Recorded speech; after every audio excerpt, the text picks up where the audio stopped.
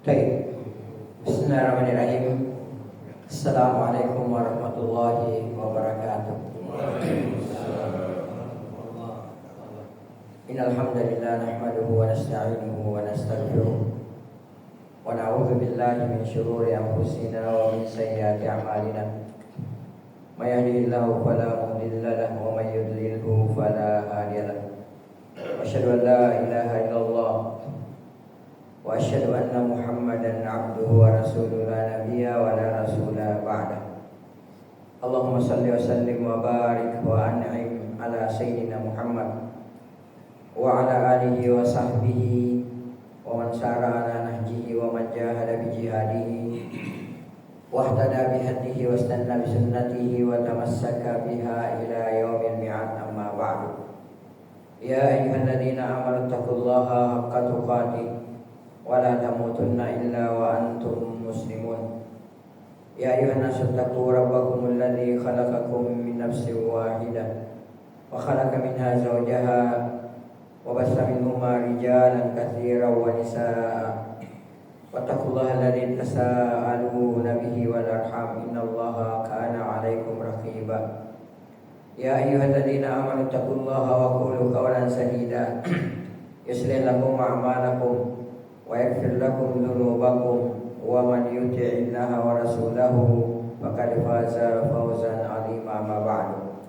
Fa inna ahsanal kalami kitabullah wa khairal hadi wa qila wa khairal huda huda Muhammadin sallallahu alaihi wasallam wa syarral umuri muhdatsatuha fa inna kulla muhdatsatin bid'ah wa inna kulla bid'atin fid dini dhalalah wa kulla dhalalatin fin nar. Ay kama qala nabiyuna sallallahu alaihi wasallam, summa amma ba'du. Bapak, Ibu-ibu sidang jamaah Masjid Al-Bidayah rahimani wa rahimakumullah taala jami'an. Seperti biasa, sebelum kajian ini kita mulai, wajib bagi kita semua untuk senantiasa memanjatkan puji dan syukur kehadirat Allah Subhanahu wa taala. Oleh karena atas karunia dan kenikmatan dari Allah Subhanahu wa taala, sehingga sampai pada detik ini kita masih bisa melaksanakan atau menunaikan berbagai macam bentuk ketaatan kepada Allah Subhanahu wa taala, menunaikan sunnah-sunnah Nabi kita yang mulia Nabi Muhammad sallallahu alaihi wasallam. Dan yang terpenting adalah bahwa sampai pada detik ini kita masih bisa menunaikan atau melaksanakan kewajiban-kewajiban yang telah ditetapkan oleh Allah Subhanahu wa taala kepada kita sebagai seorang muslim, sebagai seorang muslimah.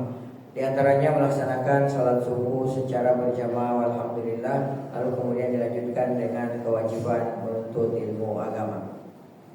Kemudian tentu saja tak lupa pula salam dan salawat semoga senantiasa tercurahkan atas suri tauladan kita, junjungan kita, kekasih kita semua, Nabi besar kita, Nabi Muhammad sallallahu alaihi wasallam.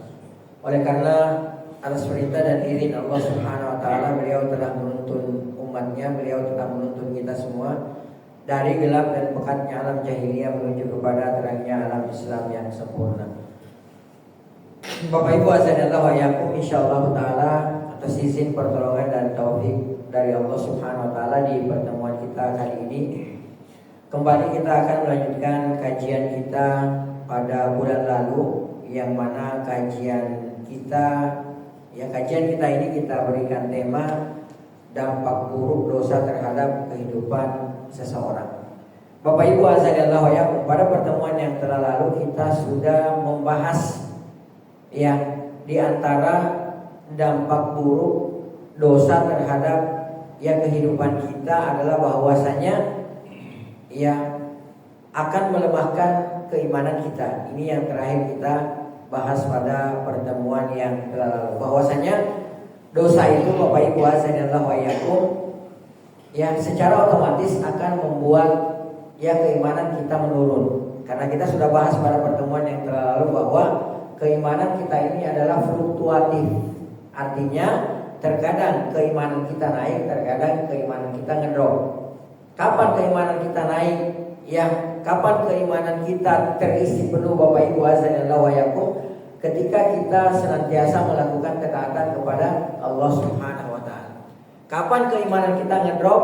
Keimanan kita ngedrop ketika kita melakukan dosa dan memaksiati Allah Subhanahu wa taala. Oleh karenanya ketika kita melaksanakan atau melakukan maksiat, dosa dan pelanggaran, maka segera kita bertaubat kepada Allah Subhanahu wa taala. Karena demikianlah karakteristik atau tanda ciri-ciri orang-orang yang bertakwa kepada Allah Subhanahu wa taala. Alladzina idza fa'alu fahisha, yaitu orang-orang yang mengerjakan kekejian, ya, perbuatan keji. Zakarullah, maka mereka langsung mengingat Allah Subhanahu wa taala, wastaghfaru lidzunubihim, dan mereka segera meminta ampun, bertobat kepada Allah Subhanahu wa taala atas dosa yang telah ia lakukan. Ini tindakan kita sebagai seorang muslim untuk menyelamatkan hati kita, yang menyelamatkan keimanan kita agar supaya ya bisa kembali naik seperti yang kita harapkan semua. Baik, Bapak Ibu azanillahu wa iyyakum. Selanjutnya, di antara dampak buruk dosa terhadap hati dan keimanan kita adalah bahwasanya ya dosa tersebut bisa menimbulkan keresahan hati, bisa menimbulkan kegundahan hati. Oleh karenanya Bapak Ibu azanillahu wa iyyakum, kita lihat orang-orang yang melaksanakan, orang-orang yang terjatuh kepada perbuatan maksiat, orang-orang yang terjatuh kepada perbuatan dosa, kita akan lihat bahwa hatinya senantiasa diliputi rasa gundah. Hatinya senantiasa diliputi dengan rasa keresahan. Ya, karena ini sudah merupakan ketetapan dan sunnatullah. Ini sudah merupakan ya ketentuan dari Allah Subhanahu wa taala bahwa ketika kita melakukan dosa, ketika kita terjatuh kepada suatu maksiat, lalu kemudian kita tidak bertaubat kepada Allah Subhanahu wa taala, akan timbul kegundahan hati, akan timbul keresahan hati. Makanya tidak heran ya, kalau kita lihat ada orang yang jabatannya tinggi, kedudukannya tinggi, hartanya banyak, ya disebut sebagai dari sultan, hidupnya tidak tenang. Ya, bahkan mohon maaf, ada orang yang terkenal, masya Allah, seluruh dunia tahu siapa dia. Ya, hidupnya akhir hidupnya tragis. Apa yang dia lakukan? Dia membunuh diri gitu loh. Subhanallah. Ini karena banyaknya dosa maksiat yang dia lakukan, sehingga Allah Subhanahu wa taala menimbulkan keresahan di dalam hatinya. Nabi kita sallallahu alaihi wasallam pernah bersabda, "Da' ma yaribuka ila ma la yaribuk." Kata Nabi kita sallallahu alaihi wasallam, tinggalkan ma yaribuk, apa yang membuatmu ragu, ila ma la yaribuk, terhadap perkara yang tidak membuatmu ragu.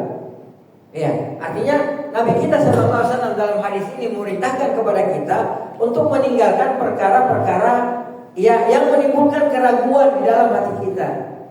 Atau misalnya kalau kita ada pilihan satu dan dua, pilihan satu membuat kita ragu, pilihan dua membuat kita yakin, maka Nabi kita sallallahu alaihi wasallam memerintahkan kepada kita untuk meninggalkan perkara yang membuat kita ragu tersebut.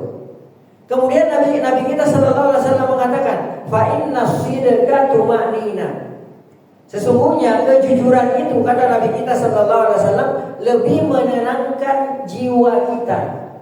Ya, kejujuran ini kan Bapak Ibu adalah merupakan salah satu sifat yang terpuji, akhlak yang terpuji. Ya, dan ini adalah merupakan salah satu bentuk ketaatan yang agung di sisi Allah Subhanahu wa taala, kejujuran. Nah, kalau ada di antara kita, saya, Bapak Ibu, dan kita memohon kepada Allah Subhanahu wa taala, semoga kita semua diberikan sifat kejujuran oleh Allah Subhanahu wa taala. Kalau ada di antara kita yang hidupnya itu senantiasa dihiasi dengan sifat jujur, dia akan merasa senang. Ya, coba deh Bapak Ibu misalnya bersikap jujur. Ya, kita bersikap jujur. Maka yang ada adalah bahwasanya Allah Subhanahu wa taala akan memberikan ketenangan dalam hati kita, akan memberikan ketenangan dalam jiwa kita. Ya, taruhlah misalnya ketika kita jujur itu pahit. Ya, orang lihat ketika kita jujur akibatnya pahit. Ya, tapi yakinlah setelah kita melaksanakan atau menunaikan kejujuran tersebut, maka yakinlah bahwasanya akan ada ketenangan dalam hati kita. Karena ini janji Nabi kita yang mulia, Nabi Muhammad sallallahu alaihi wasallam. Ya, kata Nabi kita sallallahu alaihi wasallam, fa inna sidqa tumanina. Sesungguhnya kejujuran itu lebih menenangkan jiwa. Wa innal kadhiba riba.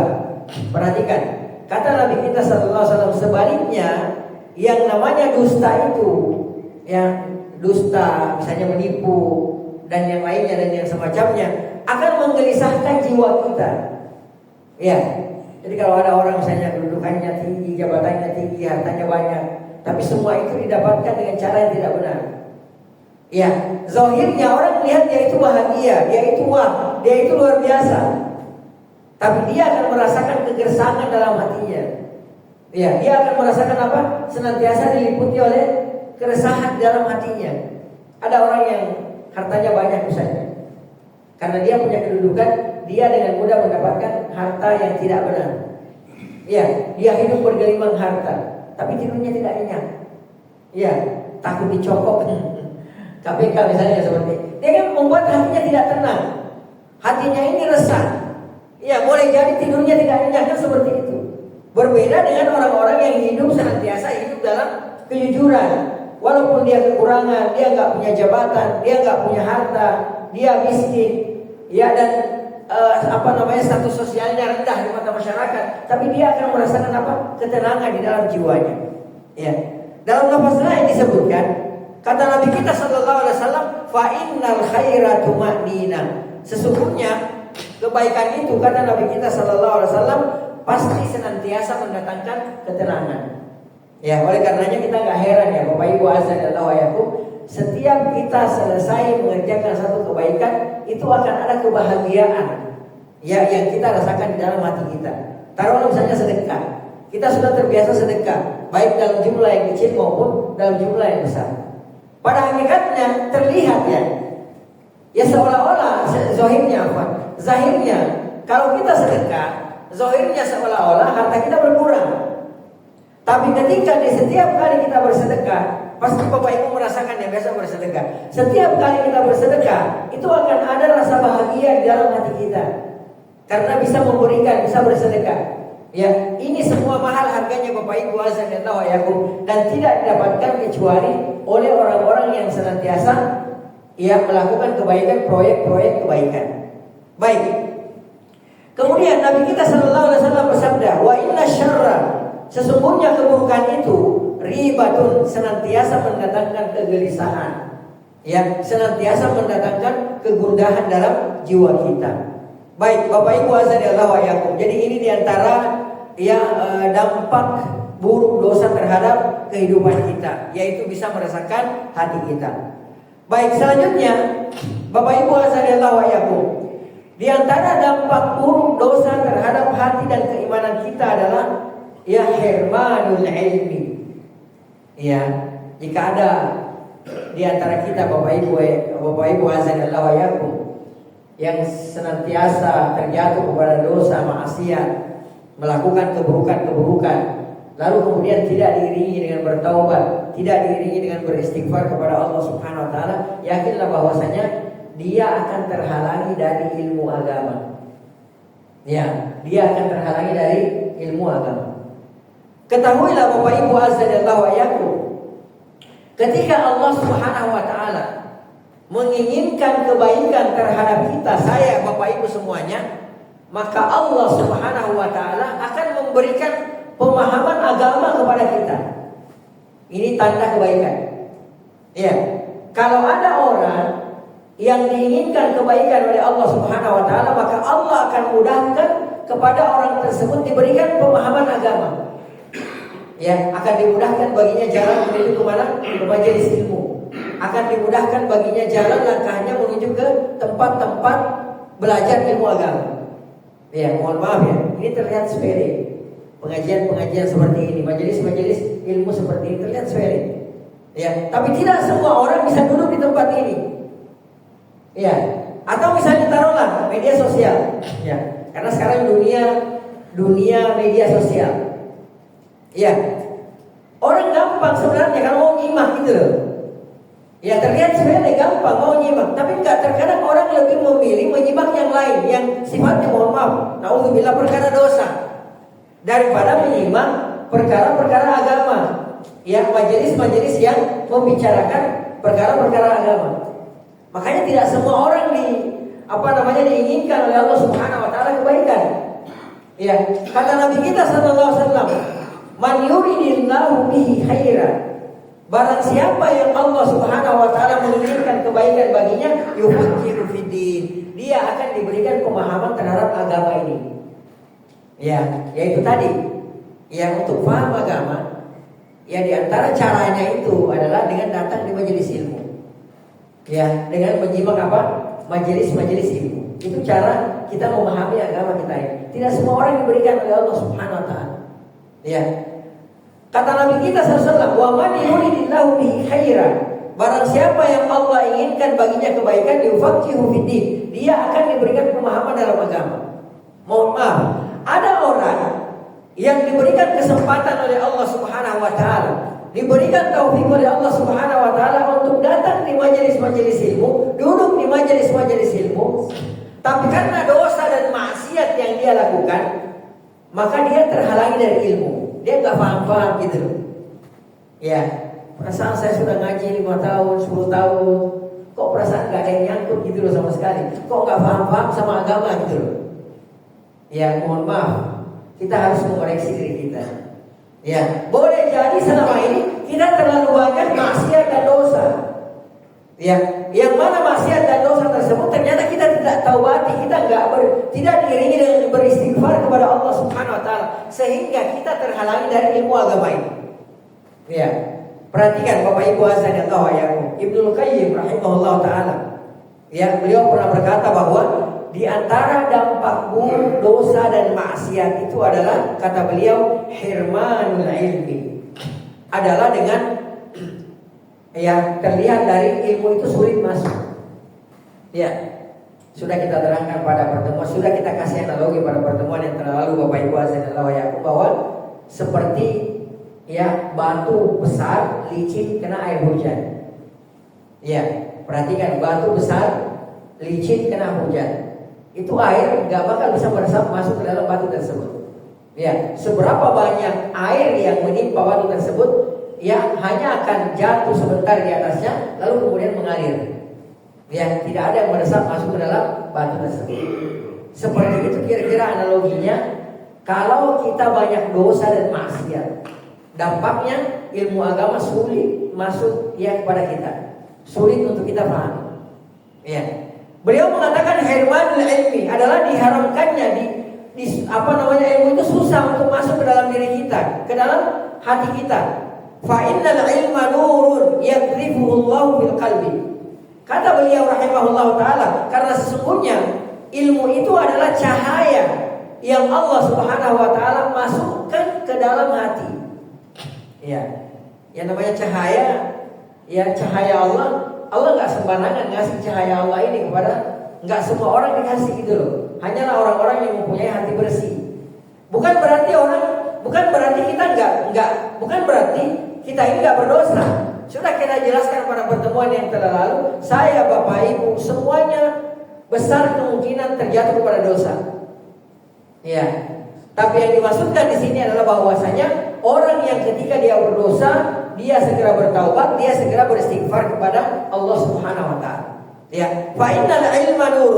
Karena sesungguhnya ilmu itu adalah cahaya, kata beliau. Yaqdhifuhullahu fil qalbi, yang Allah Subhanahu wa taala masukkan ke dalam hati.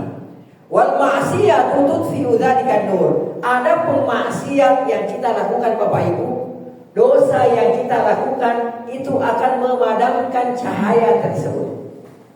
Ya. Jadi ini diantara dampak buruk ya dosa terhadap kehidupan kita. Ya, jadi menghalangi ilmu agama untuk masuk ke dalam hati kita. Baik. Kemudian dikatakan bahwasanya walamma jalasa Imam Syafi'i baina yaday Malik wa qara alaihi a'jabahu mara. Ya, kalau kita buka kitab-kitab sejarah, kita akan menemukan bahwasanya Al-Imam Syafi'i rahimahullah taala. Ya, Al-Imam Syafi'i, beliau adalah orang yang sangat cerdas. Hafalannya sangat kuat. Al-Imam Syafi'i rahimahullah taala. Ya, itu saking kuatnya hafalannya Al-Imam Syafi'i. Beliau di usia ya sekitar 10 tahun, beliau itu sudah hafal Quran. Ya, Al-Imam Syafi'i kalau baca kitab Bapak Ibu, ya beliau tutup yang sebelah kiri. Kayak gini misalnya, ada dua sisi ya, sebelah kanan, ya halaman kanan sama halaman kiri, kan gitu. Beliau biasanya kalau baca kitab itu halaman kirinya ditutup karena takut kecampur hafalannya, takut ngelihat hafal lalu kemudian campur bau. Maka beliau biasanya fokus ke halaman sebelah kanan. Begitu pula hanya kalau selesai sebelah kanan, beliau tutup kemudian sebelah kiri biar nggak kecampur hafalannya. Karena gampang bagi beliau untuk menghafal. Ya, cerdas lagi. Beliau kalau jalan di pasar-pasar, beliau itu biasanya menutup kupingnya. Ya, khawatir mendengarkan kata-kata yang nggak bagus, lalu kemudian nempel di otak dan di hati beliau. Rahimahullah ta'ala. Itu saking kuatnya hafalannya. Ya, baik. Beliau di usia yang belasan tahun, beliau sudah menghafalkan kitab Al-Muwatta. Ya, Al-Muwatta Imam Malik. Ada kitab hadis namanya Muwatta. Ya, itu isinya lebih dari 1.500 hadis. Ya, di usia belasan tahun Al-Imam Syafi'i sudah menghafalkan kitab ini. Hadis-hadis yang ada di dalamnya, mutqin. Ya, artinya tinggal disebutkan Rasulullah bersabda, dia akan lanjutkan terus sampai selesai. Ya, dan di usia 21 tahun beliau menghadapkan isi kitab ini kepada pengarangnya langsung, Al-Imam Malik rahimahullah ta'ala. Kita tahu ya, Imam Malik itu adalah salah seorang gurunya Al-Imam Syafi'i rahimahullah ta'ala. Ya. Nah, dikatakan walamma jalasa Al-Imam Syafi'i baina yaday Malik. Tatkala Al-Imam Syafi'i rahimahullah ta'ala bermajelis, duduk di hadapan Imam Malik, wa qara'a alaihi. Kemudian beliau pun membacakan kitab Imam Malik rahimahullah ta'ala. Ajabahu mara'a. Beliau Imam Malik itu takjub akan kecerdasannya, kepintarannya, kuatnya hafalannya Al-Imam Syafi'i rahimahullah ta'ala. Baik. Faqala, kemudian beliau berkata, Imam Malik memberikan nasihat kepada Imam Syafi'i. Inni arallaha qad alqa ala qalbika nuran. Kalau bahasa kita, aku tuh melihat bahwasanya Allah Subhanahu wa taala telah memasukkan cahaya ke dalam hatimu. Fala tudfihu bi zulmatil ma'siyah.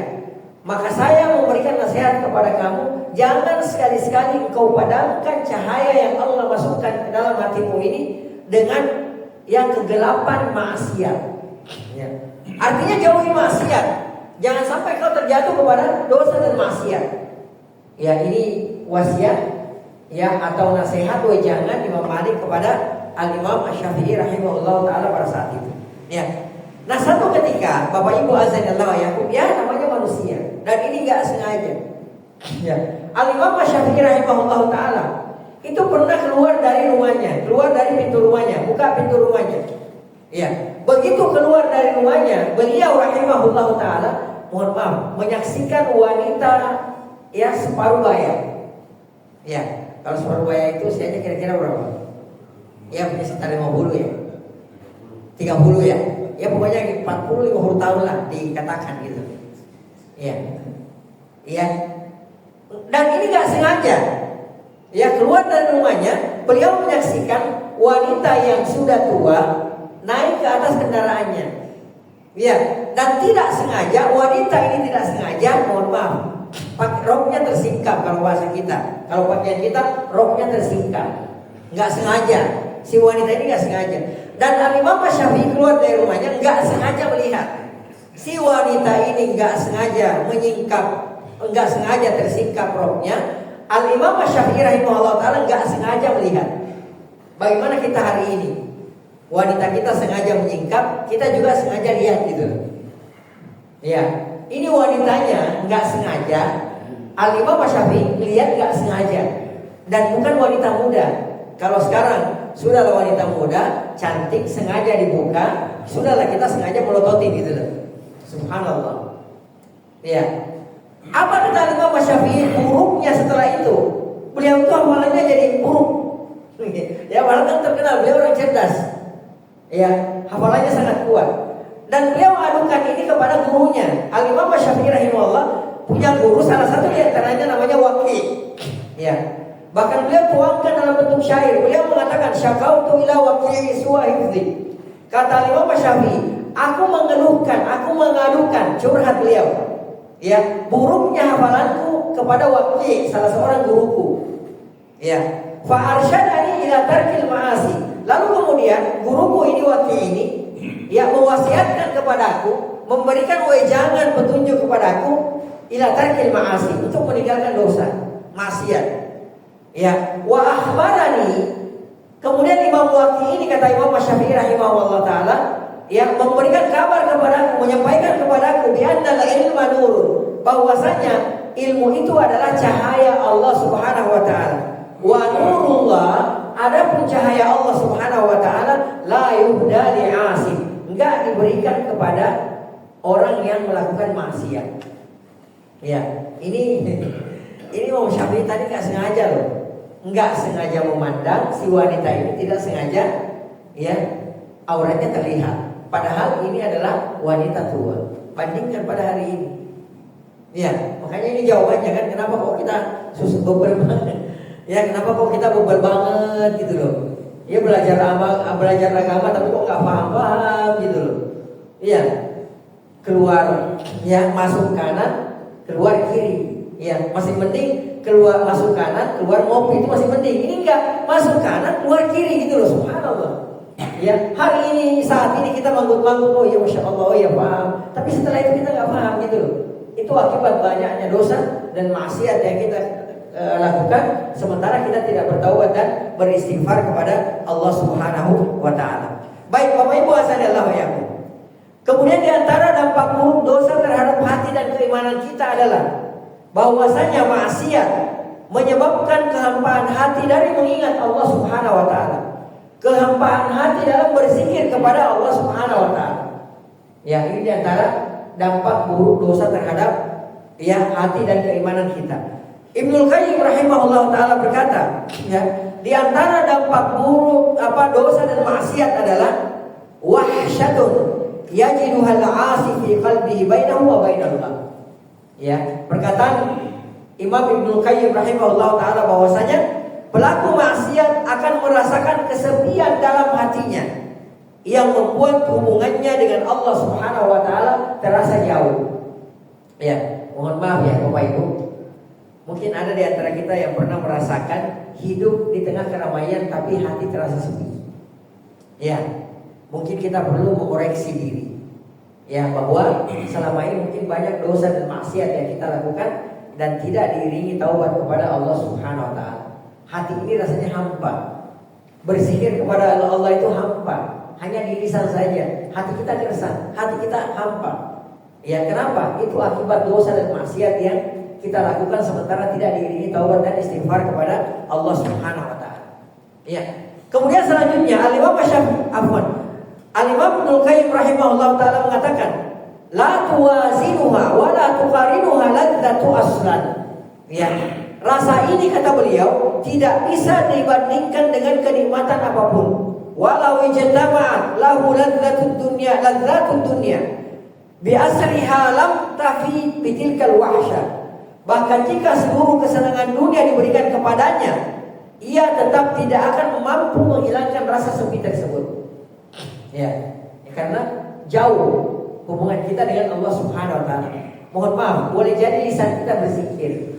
Ya, boleh jadi setiap saat lisan kita berzikir, tapi hati kita ini gersang. Hati kita ini sepi. Hubungan kita jauh dengan Allah Subhanahu wa taala. Akibat apa? Dosa dan maksiat yang kita lakukan. Ya.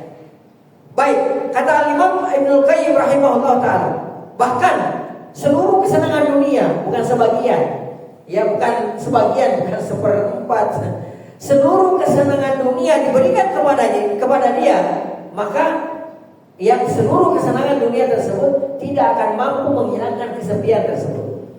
Ya, wa hadza amrun la yahissu bihi illa man fi qalbihi haya. Perhatikan, kata Al-Imam Ibnul Qayyim, ya hanya orang yang hatinya masih hidup yang bisa merasakan ini. Ya, berbeda kalau hati kita sudah mati. Nah, berbeda kalau hati kita sudah dikunci, sudah disegel oleh Allah Subhanahu wa taala, sudah enggak merasakan apa-apa. Ya, dan tidak peduli lagi. Ya, pada pertemuan yang telah lalu kita sudah jelaskannya. Ya, firman Allah Subhanahu wa taala dalam Al-Qur'an surah Al-Mutaffifin ayat 14, kalla bal rana ala qulubihim. Hatinya sudah disegel, hatinya sudah dikunci mati sama Allah, hatinya sudah karatan akibat banyaknya dosa dan maksiat yang dia lakukan. Ya, wa ma li jurhin bi mayyitin ilah. Kata Imam Ibnul Qayyim, sebagaimana luka tidak terasa pada tubuh yang mati. Ya, begitu analoginya kata Al-Imam Ibnul Qayyim rahimahullah taala. Ya, seberat-beratnya luka pada jasad yang sudah mati, mohon maaf, ya, tidak berasa lagi sakitnya. Benar nggak? Karena orangnya jasadnya sudah mati. Begitu pula halnya dengan hati yang sudah mati. Ya, sebanyak dosa apa yang dilakukan, dia nggak ada lagi rasanya gitu loh. Ya, dia nggak peduli lagi. Ada kan orang begitu. Dengan bangganya dia melakukan dosa, dengan bangganya dia ceritakan kepada orang maksiat dan dosa yang sudah dia lakukan gitu loh. Dan dia tidak merasa berdosa, dia tersenyum, dia tertawa ketika melakukan ini gitu loh. Subhanallah. Ya, sebagaimana kata Al-Imam Ibnul Qayyim, jasad yang ada lukanya, jasad yang sudah meninggal itu ada lukanya, ya tidak efek sama sekali. Baik. Kemudian kata beliau, fala walam tatrukil dzunubu, ya, fala walam tutrakil dzunubu illa hadara min wuqu'i tilkal wahsyah. Jika tidak ada alasan lain untuk menjauhi dosa selain demi menghindari kesepian ini, kata beliau, lakana al-aqilu harriyan bitarkiha. Seharusnya itu sudah cukup menjadi alasan bagi orang yang berakal untuk meninggalkan dosa, perbuatan dosa tersebut. Ya. Baik, Bapak Ibu azan Allah wa yakum, ini diantara dampak buruk dosa terhadap kehidupan seseorang. Kemudian selanjutnya, ya, diantara dampak buruk dosa terhadap kehidupan dunia kita, ya, terhadap kehidupan dunia seseorang adalah terhalangnya rezeki. Ya, perhatikan Bapak Ibu azan Allah wa yakum, mohon maaf ya. Ya, maksiat, dosa yang kita lakukan itu bisa menjadi sebab terhalangnya rezeki yang berkah. Ya, mohon maaf, boleh jadi ada pelaku maksiat, dia lakukan dosa dan dosa, maksiat dan maksiat, tapi rezekinya lancar. Mohon maaf, pasti ada yang hilang. Walaupun rezekinya banyak, rezekinya lancar, tapi akan hilang keberkahan dari rezekinya, hartanya tersebut. Itu pasti. Ya, dan boleh jadi memang Allah Subhanahu wa taala menghalangi rezeki kita gitu loh. Memang kita dipersulit untuk mendapatkan rezeki. Ya, ada orang yang mungkin, ya, kalau kata orang rezekinya seret, tapi dia diberikan keberkahan. Ya, diberikan kesehatan, anak-anaknya soleh, soleha. Ya, hatinya tenang, walaupun dia nggak punya harta, dia nggak punya kedudukan. Ya, ada orang yang diberikan harta sama Allah, tapi hidupnya nggak tenang gitu loh. Ya, anak-anaknya semua gak ada yang soleh, gak ada yang soleha gitu loh. Ya, bandel semuanya, bikin sakit kepala gitu loh. Iya, bikin mumet kepalanya setiap hari. Kan ada orang seperti itu, diberikan harta, ya, diberikan harta yang melimpah, tapi dia gak bisa makan ini, makan itu, dia gak bisa makan ini, gak bisa minum itu gitu loh. Subhanallah. Ya, setiap bulan dia harus rutin ke rumah sakit yang mungkin biayanya sampai ratusan juta gitu loh. Ya, kan ada yang seperti itu, subhanallah. Ya, perhatikan poin pembahasan kita di sini Bapak Ibu azan Allah yang bahwa yang namanya dosa itu bisa menghalangi datangnya rezeki kepada kita. Ya. Dalam kitab ada Wad-Dawa. Ya, buah karya dari Al-Imam Ibnul Qayyim rahimahullah taala, beliau berkata, "Wa kama anna taqwallahi majlabatun lirizqi, fatarkut taqwa majlabatun lil faqri." Sebagaimana bertakwa kepada Allah Subhanahu wa taala bisa menjadi sebab kemudahan rezeki bagi kita, maka demikian pula halnya dengan maksiat dan dosa yang kita lakukan akan menjadi penghalang datangnya rezeki kita. Ya. Famastujal ibarizqullahi bimisli tarkil ma'asi. Kata beliau rahimahullah taala, rezeki hanya akan mengalir ketika seseorang menjauhi segala bentuk maksiat. Ya, kita tahu kan ya, kalau ada orang yang bertakwa kepada Allah Subhanahu wa taala, maka akan dimudahkan urusannya, akan dimudahkan rezekinya. Dalam Al-Qur'an surah At-Talaq itu sudah dijelaskan. Ya, Allah Subhanahu wa taala berfirman, "Wa man yattaqillah." Siapa saja yang bertakwa kepada Allah Subhanahu wa taala. Takwa itu simpelnya menjauhi larangan, melaksanakan perintah Allah. Itu simpelnya, takwa itu seperti itu. Jadi kalau saya Bapak Ibu menjauhi larangan Allah, kemudian melaksanakan perintah Allah karena Allah, itu bertakwa namanya. Ya, simpelnya seperti itu. Kata Allah Subhanahu wa taala dalam Al-Qur'an Al-Quran surah At-Talaq, wa man yattaqillah, siapa saja yang bertakwa kepada Allah. Umum di sini siapa saja, rakyat biasa, pejabat, ya, orang tua, anak muda, orang kaya, orang miskin, mohon maaf, ya, orang jelek, orang ganteng, mohon maaf, ya. Wa man yattaqillah, siapa saja yang bertakwa kepada Allah, yaj'al lahu makhraja, Allah akan kasih solusi sama dia. Ya, betul. Allah kasih dia ujian, Allah kasih dia cobaan. Ya, Allah takdirkan bagi dia kesusahan hidup. Ya, tapi ingat, wa man yattaqillah, siapa yang bertakwa kepada Allah, yaj'al lahu makhraja, Allah jadikan bagi dia solusi. Allah jadikan bagi dia jalan keluar. Setiap kali dia ada masalah, Allah kasih jalan keluar. Ya, wa yarzuquhu min haitsu la yahtasib, Allah akan kasih rezeki kepada dia dari arah yang dia enggak sangka-sangka. Ya, taruhlah misalnya dia lagi dalam kesulitan, orang bertakwa itu. Ya, akhirnya apa? Solusinya yang dia lihat yang paling cepat adalah misalnya jual rumah. Ya, dia harus jual rumahnya. Dia dikasih cobaan, ujian, akhirnya misalnya tiba-tiba hutangnya banyak. Ya, ada satu sebab sehingga dia jadinya hutangnya banyak. Dia melihat bahwa tidak ada solusi lain kecuali menjual rumah satu-satunya. Ya, ini yang dia lihat depan matanya. Oh, ini solusi, nggak ada lagi. Setelah itu kita kontrak, nggak apa-apa deh gitu. Yang penting selesai. Ya, tapi siapa yang bertakwa kepada Allah, Allah akan berikan rezeki kepada dia dari arah yang dia tidak sangka-sangka.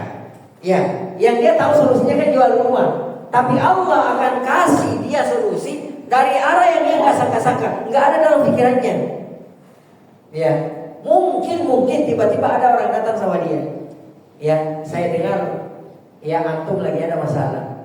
Udahlah, nggak usah jual rumah antum. Ini ada sedikit rezeki, mungkin bisa bantu-bantu. Subhanallah, ini namanya rezeki yang datang dari arah yang kita tidak sangka-sangka, yang kita tidak duga-duga. Ya, makanya orang yang bertakwa kepada Allah itu nggak pernah takut, nggak pernah khawatir. Ya, karena dia tahu, ya ini janji Allah Subhanahu Wa Taala. Perhatikan ayat ini.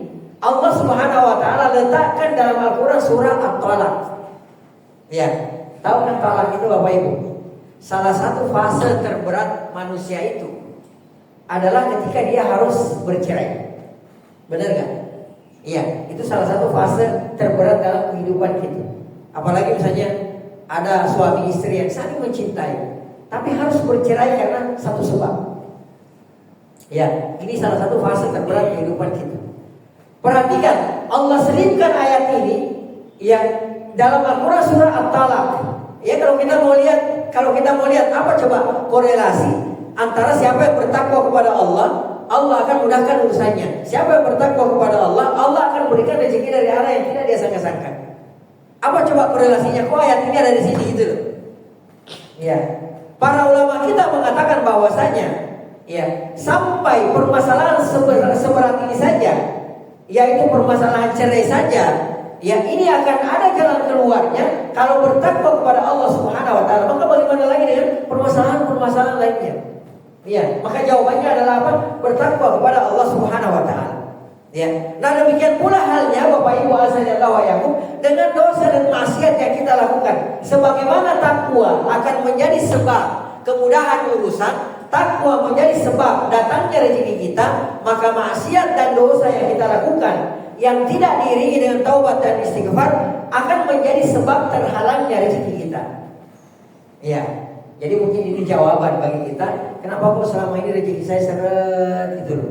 Iya, atau misalnya kok saya harta ada, saya kedudukan ada, tapi kok rasanya nggak berkah gitu loh. Tiap bulan masuk rumah sakit, ya, anak ada yang kena narkoba, ada yang kena pasal ini, ada urusan dengan pihak berwajib segala macamnya, istri juga tidak terarah gitu loh, seperti itu. Koreksi diri kita, jangan-jangan kita banyak melakukan dosa dan pelanggaran. Para salaf kita Bapak Ibu azanillahu wa iyyakum, ketika kendaraan mereka kan kalau nggak onta, kuda, keledai gitu ya. Ya, ketika kendaraan mereka itu mogok misalnya, ya, saya kayak nggak mau jalan loh. Kok tiba-tiba kemarin ontanya begitu dinaikin, dipecut langsung jalan gitu. Ini kok nggak mau berdiri gitu loh. Ya. Nah, salaf kita kalau terjadi seperti ini, mereka akan langsung kembalikan kepada hatinya. langsung bertanya kepada jiwanya, kepada dirinya, dosa apa yang sudah saya lakukan hari ini sehingga kendaraan saya kok ngambek gitu loh. Ya, kalau kayak kita sekarang ibaratnya ini mobil kok sudah masuk bengkel, ya habis itu mogok lagi gitu. Ya, kalau kayak kita kan mungkin langsung dimaki-maki orang bengkelnya, ini bengkel gak benar gitu loh. Kalau salah kita enggak, langsung kembalikan bertanya kepada dirinya, dosa apa yang sudah saya lakukan hari ini sehingga kendaraan saya ini jadi mogok gitu loh, ngambek. Ya, demikian pula halnya misalnya kalau istrinya ngeyel gitu loh, istri mereka ngeyel. Ya, yang biasa-biasanya istrinya dengar, ya taat, disuruh apa, diminta apa, minta tolong apa, langsung gercep. Kalau bahasa kita sekarang, ini kok yang ngoy apa namanya istilahnya kalau kata nyolong dulu gitu loh, seperti itu. Ya, kalau kayak kita kan langsung yang kita salahin istri kita. Kalau salah kita, ulama-ulama kita terdahulu enggak, mereka akan bertanya kepada dirinya, dosa apa yang sudah saya lakukan hari ini sehingga istri saya ini ngeyel gitu loh. Ya, ini pengaruh daripada apa? Dosa dan maksiat yang kita lakukan. Baik. Kemudian beliau mengatakan, "Famastujili barizqullahi bi tarkil ma'asi." Ya, rezeki hanya akan mengalir ketika ya seorang menjauhi segala bentuk dosa dan maksiat. Ya. Dalam hadis Thauban ya radhiyallahu ta'ala beliau berkata, Nabi kita sallallahu alaihi wasallam pernah bersabda, "Innal 'abda la yuhramur rizqa bil dhanbi yusibu." Kata Nabi kita sallallahu alaihi wasallam, sesungguhnya rezeki seorang hamba itu akan terhalangi akibat atau dampak buruk dari dosa yang sudah ia lakukan. Ya, ini janji kita Nabi Muhammad sallallahu alaihi wasallam. Ya. Jadi kalau kita melakukan dosa dan maksiat dan kita tidak iringi dengan taubat, beristighfar kepada Allah, kita tidak tinggalkan dosa tersebut, Bapak Ibu azza wa jalla, maka akan berdampak kepada rezeki kita. Ya. Baik. Kemudian selanjutnya, di antara dampak buruk dosa terhadap ya kehidupan dunia kita adalah hidup terasa sempit. Ya, jadi hidup kita terasa apa? Sempit. Ya. Allah Subhanahu wa taala menjanjikan kehidupan yang sempit dan susah bagi mereka yang berpaling dari yang berzikir kepada Allah Subhanahu wa taala. Ya, dan berpaling dari berzikir kepada Allah Subhanahu wa taala ini juga akibat dosa dan maksiat yang kita lakukan. Ya, dalam Al-Qur'an surah Taha ayat 124. Allah Subhanahu wa taala telah mengingatkan kita Bapak Ibu. Allah berfirman, "Wa man a'rada an dzikri." Siapa yang berpaling dari peringatanku. Ya, siapa yang berpaling dari peringatanku, siapa yang tidak berzikir kepadaku, kata Allah Subhanahu wa taala. Dan ingat, di antara sebab kita tidak berzikir kepada Allah, di antara sebab kita berpaling dari peringatan Allah adalah akibat buruk atau dampak buruk dosa yang kita lakukan. Ya, wa man arada dzikri, siapa yang berpaling dari peringatanku, kata Allah, fa inna lahu ma'isyatan dhanka, maka dia akan diberikan kehidupan yang sempit. Ya, ini di dunia. Kehidupannya apa? Sempit. Yaitu tadi, boleh jadi dia kaya, boleh jadi punya jabatan dan kedudukan, tapi dunia ini rasanya sempit. Ya, makanya gak heran kan kalau ada orang terkenal hidupnya tragis, bunuh diri. Ya, mungkin tidak satu dua, mohon maaf ya Bapak Ibu mendengarkan, ada orang-orang populer gitu ya. Dunia tahu siapa dia. Ya, dunia tahu nama ini siapa, orang ini siapa tahu. Kalau kayak kita kan mungkin yang kenal kita hanya tetangga saja gitu ya, tetangga samping rumah.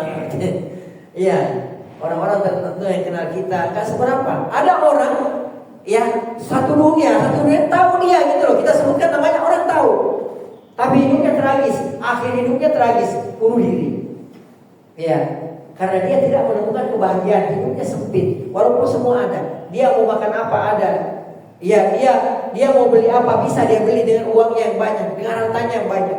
Dia bisa mendapatkan fasilitas mewah karena hartanya yang banyak. Ya, tapi kehidupannya sempit. Kata Allah, "Wa man arada an dzikri," siapa yang berpaling dari peringatanku, fa inna lahu ma'isyatan dhanka, maka baginya kehidupan yang sempit. Kemudian pada hari kemudian kata Allah Subhanahu wa taala, "Wa nahsyuruhu yaumal qiyamati a'ma." Kata Allah Subhanahu wa taala, pada hari kemudian kami akan bangkitkan dia a'ma, dalam keadaan buta. Ya, dalam keadaan buta. Sehingga dia bertanya kepada Allah pada hari kemudian, lima hasyartani a'ma, ya Allah, kok aku dibangkitkan? Kenapa engkau bangkitkan aku dalam keadaan buta?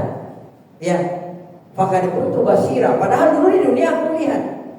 Ya, apa kata Allah Subhanahu wa taala? Kadzalika atatka ayat. Demikianlah dulu sudah datang peringatan kepadamu, fanasita, kau lupa peringatan tersebut. Wa kadzalika al-yauma tunsa. Maka demikian pada hari ini kau dilupakan, kata Allah Subhanahu wa taala. Wa na'udzubillahi min dzalik. Ya, ini Bapak Ibu azanillahu wa iyyakum, di antara dampak buruk dosa ya dan maksiat terhadap kehidupan ya seseorang. Ya, jadi sebenarnya masih banyak, tapi karena waktu kita yang terbatas, maka kita cukupkan sampai di sini. Karena mungkin sebelum ini kita akhiri, kajian kita akhiri, mungkin ada di antara Bapak Ibu yang mau bertanya, atau bahkan mungkin ada yang mau ditambahkan, atau bahkan mungkin ada yang mau dikoreksi, silakan. Barakallahu fikum.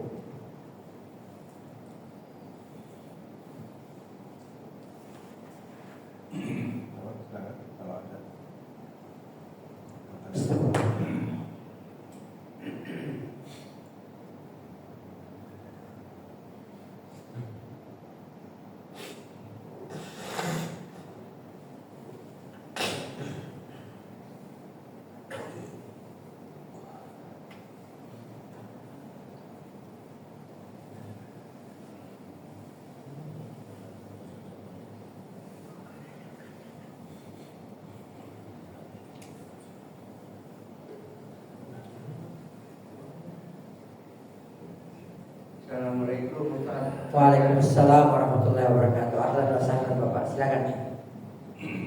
Pertama-tama semoga semua jemaah ini sehat walafiat. Amin ya rabbal alamin. Punya dosa-dosa dengan keluarganya semuanya. Amin ya rabbal alamin. Pertanyaan adalah perbedaan antara tingkah laku manusia yang karena dosa dan karena kehendak Allah. Mana tadi yang pertama apa? Mana perbedaan antara? Perbedaan antara tingkah laku manusia tingkah laku kan berbeda-beda, Pak. Betul. Itu dari kehendak Allah dan dari dosa-dosanya. Terima kasih. Baik, ya pertanyaannya bagus ya. Ini mengarah ke pertanyaan takdir. Baik, Allah Subhanahu wa taala itu sudah menunjukkan kepada kita dua jalan. Ya, inna hadainahu sabila imma syakiran wa imma kafura. Kata Allah Subhanahu wa taala, kami itu telah menunjukkan dua jalan. Iya, ada jalan kesyukuran, ada jalan kebaikan, ada jalan kekufuran, ada jalan keburukan. Allah sudah tunjukkan. Yang pertama. Yang kedua, Allah Subhanahu wa taala menurunkan kepada setiap umat itu seorang rasul. Ya. Dan rasul tersebut itu menjelaskan kepada umatnya bahwa ini jalan kebaikan, ini jalan ketaatan, ini jalan keburukan, ini jalan kekufuran. Ya. Nah, terserah kita. Allah kasih pilihan kepada kita. Mau pilih yang mana gitu loh. Di depan kita ini ada dua jalan. Jalan kebaikan, jalan keburukan. Terserah kita. Allah sudah tunjukkan kepada kita, kalau mau masuk surga ini jalannya. Ya. Tapi kalau mau masuk neraka, ini dia jalannya. Silahkan pilih. Ya. Jadi yang punya kewenangan dalam hal ini kita. Ya. Kalau kita memilih jalan kebaikan, ya kita akan selamat gitu loh. Kalau kita memilih jalan keburukan, maka kita akan celaka. Nah, ending daripada apa yang kita lakukan itu, itulah takdir Allah Subhanahu wa taala. Bisa dipahami? Ya. Kita melakukan kebaikan, kita sudah memilih nih. Oh, saya memilih jalan kebaikan. Kita melalui jalan kebaikan tersebut, itu juga kehendak Allah. Ya, kalau Allah nggak, kita mau tapi Allah nggak menghendaki, nggak bisa. Begitu pula halnya dengan keburukan. Keburukan ini pilihan kita, tapi juga kehendak Allah Subhanahu wa taala. Kalau Allah nggak menghendaki, itu juga nggak mungkin terjadi. Dan ending hasil daripada apa yang kita lakukan, apakah itu kebaikan atau keburukan, itulah takdir Allah Subhanahu wa taala, ketentuan Allah Subhanahu wa taala pada kita. Ya, mungkin ada yang bertanya, kalau kita sudah ditakdirkan masuk neraka, atau kita sudah misalnya kalau kita sudah ditakdirkan masuk neraka, ngapain kita capek-capek gitu? Sekalian aja jemplung gitu, benar nggak? Ya, yang jadi masalah sekarang kita tuh nggak tahu takdir kita di mana, di surga atau di neraka. Oleh karenanya Nabi kita Sallallahu Alaihi Wasallam pernah mengingatkan kepada kita, memerintahkan kepada kita, malu. Tugas kalian, kata Nabi Muhammad Sallallahu Alaihi Wasallam, beramal saja udah, kerjakan beramal. Ya, fa innahu muyassaru lima khulika lahu. Ya, kata Nabi kita Sallallahu Alaihi Wasallam, karena sesungguhnya ya Allah Subhanahu Wa Taala akan memudahkan seseorang menuju takdirnya. Ya, saya dipahami ya. Muyassaru lima khulika lahu. Seseorang itu akan dimudahkan ya mengerjakan sesuatu yang menjadi takdirnya. Contoh, ya, kalau kita punya anak misalnya, analoginya ya, kita punya anak, kita mau anak kita itu jadi ulama misalnya, penghafal Quran. Ya, penghafal Quran jadi ulama, ya tahu hadis, hafal hadis, ya, dan mengamalkan semua itu. Nah, usaha kita sebagai orang tua apa yang kita lakukan? Ya, Masya Allah, barakallahu. Jadi gini, kita mau anak kita misalnya ulama, ya, anak saya mau saya jadikan ulama. Tapi apa, anak kita masukkan ke sekolah yang sekolah tersebut kita tahu adalah spesialisasinya adalah matematika misalnya, nyambung nggak? Nyambung nggak kira-kira? Ya nggak nyambung. Kalau kita mau anak kita menjadi ulama misalnya, atau taruhlah misalnya anak kita mau nanti kuliah di UI misalnya, Universitas Islam Madinah, atau misalnya universitas lain yang ada di Saudi. Bagaimana caranya kira-kira? Usaha kita sebagai orang tua, masukkan ke pesantren. Ini enggak, anaknya mau disekolahin di UIM, ya, cita-citanya mau masuk UIM, tapi enggak, dia cari sekolah matematika yang paling canggih di Depok ini di mana kira-kira? Nyambung enggak? Enggak. Ya, itu usaha kita gitu loh. Ya, nanti akhirnya takdir Allah gitu loh. Allah yang tentukan. Ya, kalau kita sudah berusaha, ya sudah kita serahkan sama Allah. Yang penting jalannya sudah kita lalui. Ya, kalau memang Allah takdirkan anak kita sekolah, kuliah di UIM, Allah akan mudahkan jalannya. Itu tadi, mungkin Allah berikan taufik kepada kita menemukan pesantren atau pondok yang bagus misalnya. Ya, yang pelajarannya Masya Allah sistematis gitu loh, bisa menunjang untuk berangkat ke sana. Ya seperti itu. Ya, para sahabat kan nanya loh, ya Rasulullah, kalau orang sudah ditentukan ya masuk neraka, masuk surga gitu loh, sudah takdir, ya sudah, ngapain capek-capek beramal? Ya, kata Nabi kita Sallallahu Alaihi Wasallam, beramallah kalian.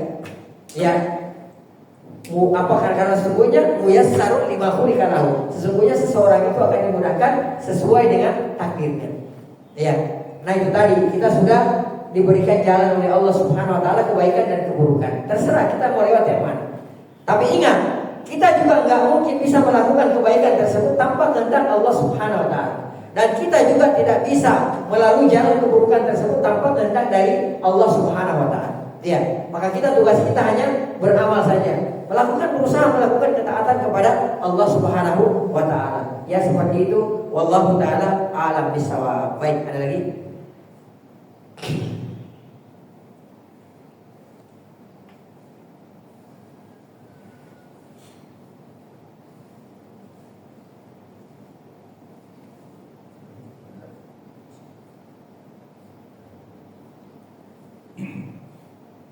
Pak Budi masih ada? Oh, ada. Baik, nanti kita lanjutkan. Sudah masuk waktu syuruh belum? Sudah. Baik, nanti kita lanjutkan di bawah ya, sambil ngopi-ngopi mungkin ya. Baik, barakallahu fikum, zadakumullahu khairan wa ilma. Allah taala alam bisawab. Mohon maaf jika ada yang salah atau ada yang kurang. Yang salah dan yang kurang itu murni dari kami pribadi, dari syaitan dan dari lemahnya ilmu. Yang benar itu semua datangnya dari Allah Subhanahu wa taala. Apa yang salah, apa yang keliru dari penyampaian kami tadi, Allah dan Rasulnya berlepas diri dari kesalahan dan kekeliruan tersebut. Naktafi bihadzal qadar wa naktafi bi subhanakallahumma wa bihamdik nasyhadu an la ilaha illa anta nastaghfiruka wa natubu ilaika Allah wa iyyakum wa sallallahu ala nabiyyina Muhammad wa ala alihi wa sahbihi ajma'in wa akhiru da'wana alhamdulillahi rabbil alamin. Wassalamu alaikum warahmatullahi wabarakatuh.